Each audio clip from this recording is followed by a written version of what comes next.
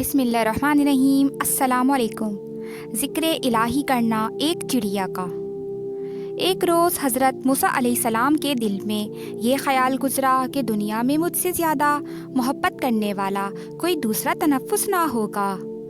یہ خیال دل میں گزرتے ہی وہاں دوسرا رنگ نظر آیا، یعنی حضرت موسیٰ علیہ السلام سفر میں تھے کہ راہ میں ایک دریا حائل ہوا۔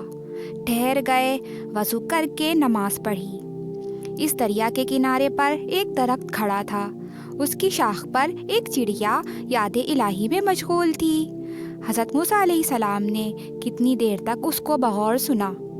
اسی طرح اس چڑیا نے صبح سے شام کر دی۔ کئی روز سے یہ چڑیا دریا کے کنارے زندگی کا مزہ لوٹ رہی تھی۔ حضرت موسیٰ علیہ السلام کو حیرت ہوئی اور جناب باری تعالیٰ میں یہ التجا کی کہ پاک بے نیاز تو اس چڑیا کو قوت گویائی عطا فرما تو میں اس چڑیا سے کچھ کلام کروں۔ اس وقت جناب باری نے حضرت موسیٰ علیہ السلام کی دعا قبول کی۔ حکم ہوا، اے چڑیا تو ہمارے دوست سے کلام کر۔ وہ چڑیا خاموش ہوئی اور کہا، کیا ارشاد ہے؟ حضرت موسیٰ علیہ السلام نے فرمایا، تجھ کو صبح سے میں اسی حالت میں دیکھ رہا ہوں، اس دوران میں تجھ کو کسی چیز کی بھی خواہش ہوئی؟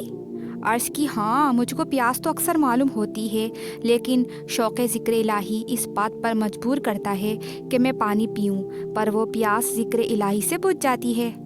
حضرت موسیٰ علیہ السلام نے کہا، اے نادان، یہ کیا زبان سے نکال رہی ہے؟ اگر یہ خشک زبان قیامت کے دن خدا سے فریادی ہوگی تو کیا جواب دے گی؟ کیونکہ تو اسے تکلیف دے رہی ہے۔ چڑیا یہ سن کر کانپ اٹھی اور حضرت موسیٰ علیہ السلام نے کہا، نادان، بہتر تو وہ عبادت ہے کہ دل و دماغ تازہ ہو اور یاد الہی ہو۔ یہ تو سراسر کاہلی ہے کہ شاخ درخت ہوا سے ہلتی ہے تو تیرے پنجے پانی کو چھو جاتے ہیں۔ اگر تو چونچ بڑھا کر پانی پی لے تو کوئی گناہ نہیں ہو جائے گا۔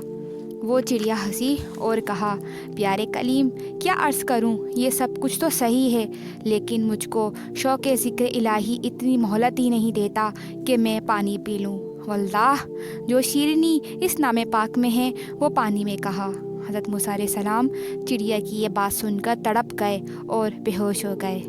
یہ تھا ایک چھوٹا سا قصہ چڑیا کا ذکر الہی میں اس قدر مشغول رہنا کہ وہ اپنی پیاس سے بھی غافل ہو گئی۔ امید ہے یہ ویڈیو آپ کو پسند آئی ہوگی۔ پلیز لائک، شیئر اور سبسکرائب کریں۔ آخر میں اس دعا کے ساتھ اجازت کہ اللہ آپ کی تمام دعاؤں کو قبول کرے اور انہیں آپ کے حق میں بہتر و خیر فرمائے۔ آمین۔